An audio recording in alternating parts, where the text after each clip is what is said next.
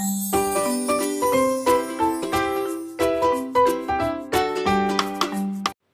Hello friends, welcome back to my channel middle class lifestyle. ಇವತ್ತಿನ ಈ ವ್ಲಾಗಲ್ಲಿ ನಮ್ಮ ಮನೆಯಲ್ಲಿ ಶ್ರಾವಣ ಶನಿವಾರ ಜೊತೆಗೆ ಶ್ರೀಕೃಷ್ಣ ಜನ್ಮಾಷ್ಟಮಿಯನ್ನು ಸರಳವಾಗಿ ಯಾವ ರೀತಿ ಆಚರಣೆ ಮಾಡಿದ್ವಿ ಅನ್ನೋದನ್ನು ನಿಮ್ಮ ಜೊತೆ ಶೇರ್ ಮಾಡ್ಕೊಳ್ತಾ ಇದ್ದೀನಿ. ಹಾಗಾದರೆ ಬನ್ನಿ ವಿಡಿಯೋನ ಶುರು ಮಾಡೋಣ. ಇವತ್ತು 3ನೇ ಶ್ರಾವಣ ಶನಿವಾರ. ಇವತ್ತೇ ಶ್ರಾವಣ ಶನಿವಾರದ ಪೂಜೆನೂ ಕೂಡ ಮುಗಿಸೋಣ ಅಂತ ಅಂದ್ಬಿಟ್ಟು ಮನೆ ಪೂರ್ತಿ ಒರೆಸಿ ದೇವ್ರ ಮನೆಯೂ ಕೂಡ ಒರೆಸ್ಕೊಂಡು ಇವಾಗ ತುಳಸಿ ಗಿಡದ ಹತ್ರ ರಂಗೋಲಿ ಹಾಕಿ ಹೊಸ್ತಿಲಿಗೆ ಹಾಗೆ ತುಳಸಿ ಗಿಡದ ಹತ್ರ ದೀಪವನ್ನು ಹಚ್ಚಿ ಇಡ್ತಾ ಇದ್ದೀನಿ. ಇನ್ನು ನಮ್ಮ ಕಡೆ ಶ್ರಾವಣ ಶನಿವಾರದಲ್ಲಿ ಯಾವುದಾದ್ರೂ ಒಂದು ವಾರ ತೀರಿಸೋದು ಅಂತ ಹೇಳ್ತಾರೆ. ಹಾಗಾಗಿ ಇವತ್ತು ವಾರವನ್ನು ತೀರಿಸ್ತಾ ಇದ್ದೀವಿ ನಾವು. ಅಂದರೆ ದೇವ್ರಿಗೆ ಏನಾದರೂ ನೈವೇದ್ಯ ಮಾಡಿ ಅದನ್ನು ಬಾಳೆ ಎಲೆಯಲ್ಲಿ ನೈವೇದ್ಯಕ್ಕೆಲ್ಲ ಇಡಬೇಕು. ಹಾಗೆ ಪಡಿ ಕೇಳೋವಂಥ ಸಂಪ್ರದಾಯ ಕೂಡ ಇದೆ. ಇನ್ನು ಊರುಗಳೆಲ್ಲ ದಾಸಪ್ಪನವರು ಮನೆಗೆ ಬಂದು ಜಾಗಟೆ ಬಾರಿಸಿ ಭವನಾಸಿ ಊದಿ ವಾರ ತೀರಿಸ್ಕೊಡ್ತಾರೆ. ಆದರೆ ಬೆಂಗಳೂರಲ್ಲಿರೋ ಅಂಥವರೆಲ್ಲ ಅವರೇ ಮನೆಯಲ್ಲೇ ಸರಳವಾಗಿ ಮಾಡ್ಕೊಳ್ತಾರೆ.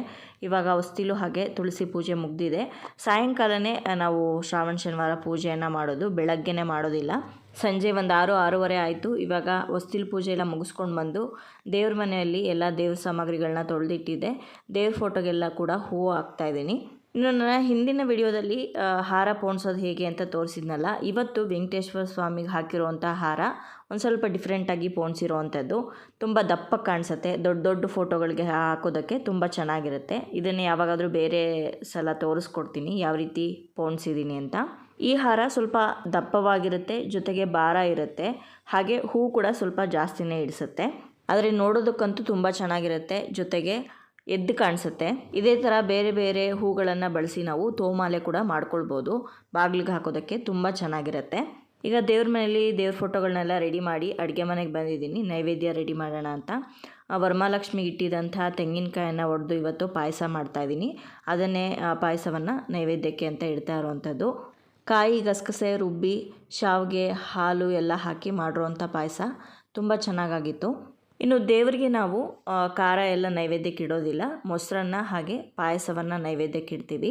ಇನ್ನು ವರಮಹಾಲಕ್ಷ್ಮಿ ಹಬ್ಬಕ್ಕೆ ಅಂತ ತೊಗೊಂಡಿರೋವಂಥ ಪೂಜಾ ಸಾಮಗ್ರಿಗಳನ್ನೆಲ್ಲ ಸ್ವಲ್ಪ ಹಾಗೆ ಇಟ್ಟಿದ್ದೀನಿ. ಕೆಲವೊಂದನ್ನು ಎತ್ತಿಟ್ಟಿದ್ದೀನಿ, ಕೆಲವೊಂದನ್ನು ಎತ್ತಿಟ್ಟಿಲ್ಲ. ಇನ್ನು ನಿಧಾನವಾಗಿ ಅವನ್ನೆಲ್ಲ ಮಾಡ್ಕೊಳ್ಬೇಕು. ಯಾಕಂದರೆ ಹಬ್ಬ ಆಗಿ 1-2 ದಿವಸಕ್ಕೆ ನಾನು ಪೀರಿಯಡ್ಸ್ ಆಗಿದ್ದೆ. ಹಾಗಾಗಿ ಒಂದು ವಾರ ದೇವ್ರ ಮನೆಗೆ ಹೋಗೋದಕ್ಕಾಗಿರಲಿಲ್ಲ. ಅದಕ್ಕೋಸ್ಕರವಾಗಿ ಹಬ್ಬ ಆದಮೇಲೆ ಕೆಲವೊಂದು ವಸ್ತುಗಳನ್ನು ಎತ್ತಿಡೋದಕ್ಕಾಗಿಲ್ಲ. ದೇವರಿಗೆ ನೈವೇದ್ಯಕ್ಕೆಲ್ಲ ಬಡಿಸಿದ ನಂತರ ಇವಾಗ ನನ್ನ ಹಸ್ಬೆಂಡು ಹಾಗೆ ನನ್ನ ಮಗ ಪೂಜೆಯನ್ನು ಮಾಡ್ತಾಯಿದ್ದಾರೆ. ನನ್ನ ಮಗ ಪಂಚೆ ಹಾಕ್ಕೊಂಡು ನಾಮ ಹಾಕ್ಕೊಂಡು ಹಣೆಗೆ ಪೂಜೆ ಮಾಡಿ ಪಡಿ ಕೇಳೋದಕ್ಕೆ ಅಂತ ಅಂದ್ಬಿಟ್ಟು ರೆಡಿಯಾಗಿದ್ದಾನೆ.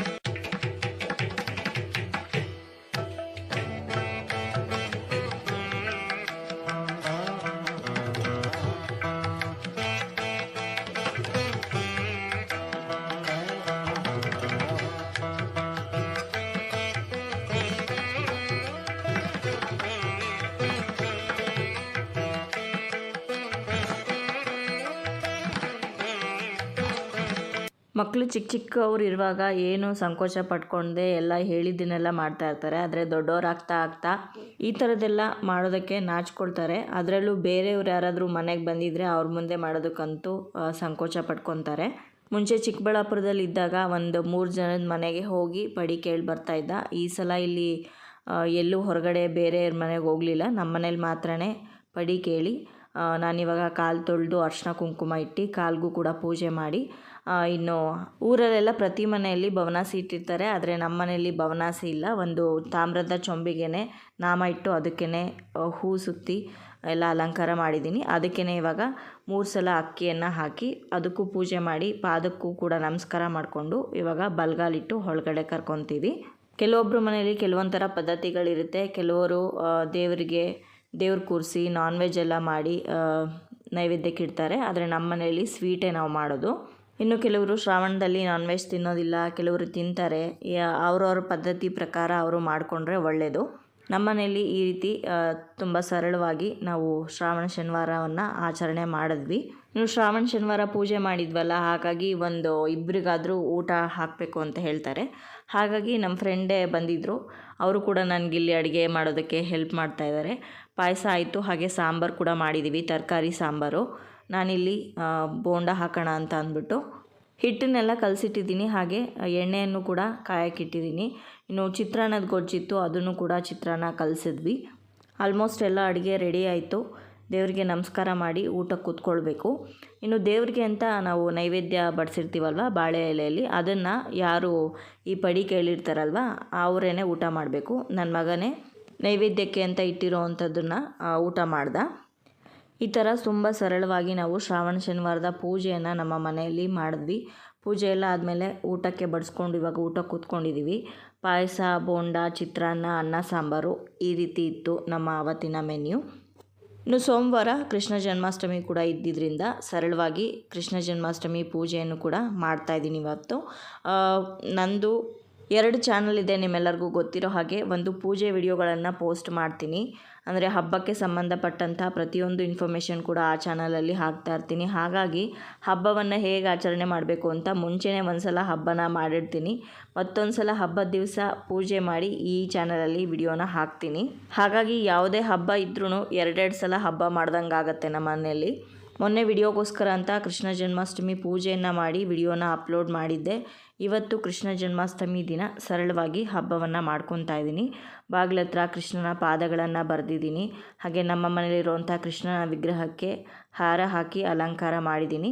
ಮನೆಯಲ್ಲಿ ಎಲ್ಲ ದೇವ್ರ ಫೋಟೋಗಳಿಗೆ ಹೂವನ್ನು ಇಟ್ಟು ನೈವೇದ್ಯಕ್ಕೆ ಅಂತ ಪಂಚಾಮೃತ ಹಾಗೆ ಅವಲಕ್ಕಿ, ಸಿಹಿ ಅವಲಕ್ಕಿನ ಮಾಡ್ಕೊಂಡಿದ್ದೀನಿ.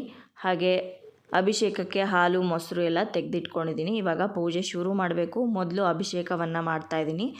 ನಮ್ಮ ಮನೆಯಲ್ಲಿರುವಂಥ ಪುಟ್ಟದಾಗಿರುವಂಥ ಬಾಲಕೃಷ್ಣನ ವಿಗ್ರಹವನ್ನು ಒಂದು ತಟ್ಟೆಯಲ್ಲಿ ಇಟ್ಕೊಂಡು ಮೊದಲು ನೀರಿನಿಂದ ಶುದ್ಧೋದಕ ಅಭಿಷೇಕವನ್ನು ಮಾಡಿ ಅನಂತರ ಪಂಚಾಮೃತ ಅಭಿಷೇಕ ಮಾಡ್ತೀನಿ. ಪಂಚಾಮೃತ ಅಭಿಷೇಕ ಇಲ್ಲಿ ಬರೀ ಹಾಲಲ್ಲಿ ಮಾಡ್ತಾಯಿದ್ದೀರಲ್ಲ ಅಂತ ನೀವು ಕೇಳ್ಬೋದು. ಹಾಲ್ಗೆ ಮೊಸರು, ತುಪ್ಪ, ಜೇನುತುಪ್ಪ, ಸಕ್ಕರೆ ಎಲ್ಲನೂ ಮಿಕ್ಸ್ ಮಾಡ್ಕೊಂಡಿದ್ದೀನಿ. ಒಂದೇ ಸಲ ಅಭಿಷೇಕವನ್ನು ಮಾಡ್ತೀನಿ, ಸಪ್ರೇಟಾಗಿ ಏನೋ ಮಾಡ್ತಾಯಿಲ್ಲ. ದೊಡ್ಡ ವಿಗ್ರಹನ ಪ್ರಾಣ ಪ್ರತಿಷ್ಠಾಪನೆ ಮಾಡಿಲ್ಲ, ಮೊದಲೇ ಹೇಳಿದ್ದೀನಿ ನಾನು. ಚಿಕ್ಕ ವಿಗ್ರಹ ಮಾತ್ರನೇ ಪೂಜೆಗೆ ಬಳಸೋದು, ಅದನ್ನು ಶೋಗೆ ಅಂತ ಇಟ್ಟಿರೋದು. ಅಷ್ಟು ದೊಡ್ಡ ವಿಗ್ರಹನ ಪೂಜೆಗೆಲ್ಲ ಇಡಬಾರ್ದು. ದೊಡ್ಡ ವಿಗ್ರಹನ ಇಟ್ಕೊಂಡಷ್ಟು ಮಡಿಯಿಂದ ಇರಬೇಕು, ಹಾಗೆ ಪ್ರತಿದಿನ ನೈವೇದ್ಯ ಆಗಬೇಕು, ಪೂಜೆ ಆಗಬೇಕು. ಹಾಗಾಗಿ ದೊಡ್ಡ ವಿಗ್ರಹನ ಪೂಜೆಗೆ ಇಟ್ಕೋಬೇಡಿ. ಚಿಕ್ಕ ವಿಗ್ರಹ ನಿಮ್ಮ ಹಿಡಿಯಲ್ಲಿ ಇರೋಷ್ಟು ಮಾತ್ರನೇ ವಿಗ್ರಹನ ನೀವು ಪೂಜೆಗೆ ಇಟ್ಕೋಬೇಕಾಗತ್ತೆ. ಅದಕ್ಕೋಸ್ಕರ ಇವತ್ತು ಕೃಷ್ಣ ಜನ್ಮಾಷ್ಟಮಿ ದಿನ ಚಿಕ್ಕ ವಿಗ್ರಹಕ್ಕೆ ನಾನು ಪೂಜೆ ಮಾಡ್ತಾಯಿದ್ದೀನಿ. ದೊಡ್ಡ ವಿಗ್ರಹನ ಹೂ ಎಲ್ಲ ಹಾಕಿ ಅಲಂಕಾರ ಮಾಡಿದ್ದೀನಿ. ಧೂಪ ದೀಪ ತೋರಿಸ್ತೀನಿ ಅದಕ್ಕೂ ಕೂಡ. ಪಂಚಾಮೃತ ಅಭಿಷೇಕ ಆದಮೇಲೆ ಮತ್ತೊಂದು ಸಲ ನೀರಿನಲ್ಲಿ ಅಭಿಷೇಕ ಮಾಡಿ ಗಂಧ, ಅರಿಶಿನ, ಕುಂಕುಮವನ್ನು ವಿಗ್ರಹಕ್ಕೆ ಏರಿಸ್ತಾ ಇದ್ದೀನಿ. ಯಾವುದೇ ಹಬ್ಬ ಆಗಿರ್ಬೋದು, ವಿಜೃಂಭಣೆಯಿಂದನೇ ಮಾಡಬೇಕು ಅನ್ನೋ ಅಗತ್ಯ ಏನೂ ಇಲ್ಲ. ನಿಮ್ಮ ಮನೆಯಲ್ಲಿ ಏನಿರುತ್ತೋ ಅದನ್ನೇ ಇಟ್ಟು ನೀವು ಪೂಜೆಯನ್ನು ಮಾಡ್ಬೋದು. ಭಕ್ತಿ, ಶ್ರದ್ಧೆ ಅನ್ನೋದು ಮುಖ್ಯ ಅಷ್ಟೇ. ಹೂ ನೋಡಿ, ಇವತ್ತು ನಮ್ಮ ಗಿಡದಲ್ಲೇ ಸಿಕ್ಕಿರೋ ಹೂವನ್ನೆಲ್ಲ ಸೇರಿಸಿ ನಾನೇ ಕಟ್ಟಿ ಹಾರ ಹಾಕಿದ್ದೀನಿ ದೇವರಿಗೆ. ಹಾಗೆ ಇವತ್ತೊಂದು ನೀಲಿ ತಾವರೆ ಹೂ ಕೂಡ ಅರಳಿತ್ತು, ಅದನ್ನು ಕೂಡ ಕೃಷ್ಣನಿಗೆ ಅರ್ಪಿಸ್ತಾ ಇದ್ದೀನಿ. ಕೃಷ್ಣನ ಬಣ್ಣದಲ್ಲೇ ಇರೋವಂಥ ಹೂವು. ಧೂಪ ಮಾಡ್ತಾಯಿದ್ದೀನಿ ಅಗರಬತ್ತಿಯಿಂದ. ಹಾಗೆ ಕೃಷ್ಣನ ಅಷ್ಟೋತ್ತರವನ್ನು ಹೇಳಿಕೊಂಡು ಅರ್ಚನೆ ಕೂಡ ಮಾಡ್ತಾಯಿದ್ದೀನಿ. ನಮ್ಮ ಗಿಡದಲ್ಲೇ ಪಾರಿಜಾತ ಹೂಗಳು ಸಿಕ್ಕಿತ್ತು, ಆ ಹೂಗಳಿಂದ ಅರ್ಚನೆ ಮಾಡ್ತಾಯಿದ್ದೀನಿ.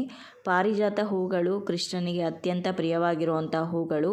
ಕೃಷ್ಣನೇ ಇಂದ್ರಲೋಕದಿಂದ ಸತ್ಯಭಾಮೆಗೋಸ್ಕರ ಆ ಪಾರಿಜಾತ ವೃಕ್ಷವನ್ನು ಇಂದ್ರಲೋಕದಿಂದ ಭೂಮಿಗೆ ತಂದ ಅಂತ ಕೂಡ ನಂಬಿಕೆ ಇದೆ. ಹಾಗಾಗಿನೇ ಪಾರಿಜಾತ ವೃಕ್ಷವನ್ನು ದೇವವೃಕ್ಷ ಅಂತ ಕೂಡ ಕರೀತಾರೆ. ನಿಮ್ಮ ಮನೆ ಹತ್ರ ಜಾಗ ಇದ್ದರೆ ಖಂಡಿತವಾಗ್ಲೂ ಒಂದು ಪಾರಿಜಾತ ಗಿಡವನ್ನು ಹಾಕಿ, ತುಂಬ ಒಳ್ಳೆಯದು.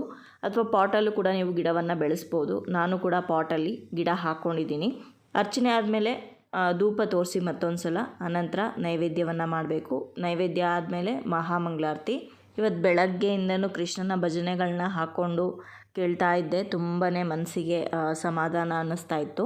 ಬೆಳ್ಳಂಗೋವಿಯ ಚಲುವ ಕೃಷ್ಣನ ಎಲ್ಲಿ ನೋಡಿದಿರಿ, ರಂಗನ ಎಲ್ಲಿ ನೋಡಿದಿರಿ, ಎಲ್ಲಿ ನೋಡಿದರಲ್ಲಿ ತಾನಿಲ್ಲದಿಲ್ಲವೆಂದು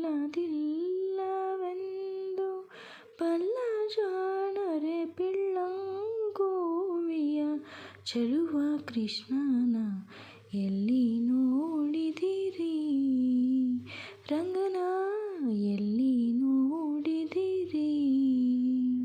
ಪೂಜೆ ಎಲ್ಲ ತುಂಬ ಚೆನ್ನಾಗಾಯಿತು. ಕೆಂಪು ನೀರಿನ ಆರತಿ ಮಾಡಿ ಕೃಷ್ಣನಿಗೆ ಹೂವು ಅಕ್ಷತೆಯನ್ನು ಅರ್ಪಿಸಿ ಮನಸಾರೆ ಪ್ರಾರ್ಥನೆ ಮಾಡಿಕೊಂಡೆ. ನನ್ನ ಕೈಲಿ ಎಷ್ಟು ಸಾಧ್ಯನೋ ಅಷ್ಟು ರೀತಿಯಲ್ಲಿ ನಾನು ಪೂಜೆಯನ್ನು ಮಾಡಿದ್ದೀನಿ ಅಂತ. ಯಾಕಂದರೆ ತುಂಬ ಬಾಡಿ ಪೇಯ್ನ್ ಇತ್ತು ನನಗೆ, ಹಬ್ಬ ಮಾಡೋದಕ್ಕಾಗುತ್ತೋ ಇಲ್ವೋ ಅಂತ ಅಂದ್ಕೊಂಡಿದ್ದೆ. ಸರಳವಾಗಾದ್ರೂ ಕೂಡ ತುಂಬ ಅಚ್ಚುಕಟ್ಟಾಗಿ ಪೂಜೆ ಆಯಿತು. ಮನಸ್ಸಿಗೂ ಕೂಡ ತುಂಬಾ ನೆಮ್ಮದಿ ಆಯಿತು. ಹಾಗೆ ನೀವೆಲ್ಲ ಹಬ್ಬವನ್ನು ಹೇಗೆ ಆಚರಣೆ ಮಾಡಿದ್ರಿ ಅಂತ ಖಂಡಿತವಾಗ್ಲೂ ಕಮೆಂಟ್ ಮುಖಾಂತರ ತಿಳಿಸಿ. ಈ ಹಬ್ಬಗಳಿಗೆಲ್ಲ ಸಂಪ್ರದಾಯ ಪದ್ಧತಿ ಇರಲೇಬೇಕು ಅಂತ ಏನಿಲ್ಲ. ನಿಮ್ಮ ಮನಸ್ಸಿಗೆ ಪೂಜೆ ಮಾಡಬೇಕು ಅಂತ ಅನಿಸಿದ್ರೆ ಖಂಡಿತವಾಗ್ಲೂ ಪೂಜೆಯನ್ನು ಮಾಡ್ಬೋದು. ನನಗಂತೂ ಕೃಷ್ಣ ಅಂದರೆ ತುಂಬಾ ಇಷ್ಟ. ನನ್ನ ಇಷ್ಟ ದೈವ ಕೂಡ ಕೃಷ್ಣನೇ. ಹಾಗಾಗಿ ಸರಳವಾಗಿ ಹಬ್ಬವನ್ನು ಆಚರಣೆ ಮಾಡಿದೆ. ಸೊ ಇವತ್ತಿನ ಈ ವ್ಲಾಗ್ನ ನಾನು ಇಲ್ಲಿಗೆ ಮುಗಿಸ್ತಾ ಇದ್ದೀನಿ. ವ್ಲಾಗ್ ನಿಮಗೆಲ್ಲರಿಗೂ ಇಷ್ಟ ಆಗಿರ್ಬೋದು ಅಂತ ಭಾವಿಸ್ತೀನಿ. ಇಷ್ಟ ಆಗಿದರೆ ಲೈಕ್ ಮಾಡಿ, ಬೇರೆಯವ್ರಿಗೂ ಕೂಡ ವಿಡಿಯೋನ ಶೇರ್ ಮಾಡಿ. ಹಾಗೆ ನಿಮ್ಮ ಅನಿಸಿಕೆ ಅಭಿಪ್ರಾಯಗಳನ್ನ ಖಂಡಿತವಾಗ್ಲೂ ಕಮೆಂಟ್ ಮುಖಾಂತರ ಬರೆದು ತಿಳಿಸಿ. ಮತ್ತೊಂದು ಇಂಟ್ರೆಸ್ಟಿಂಗ್ ವಿಡಿಯೋದೊಂದಿಗೆ ನಿಮ್ಮನ್ನ ಭೇಟಿ ಆಗ್ತೀನಿ. ಅಲ್ಲಿಯವರೆಗೂ ಧನ್ಯವಾದಗಳು. ಲೋಕ ಸಮಸ್ತ ಸುಖಿನೋ ಭವಂತು.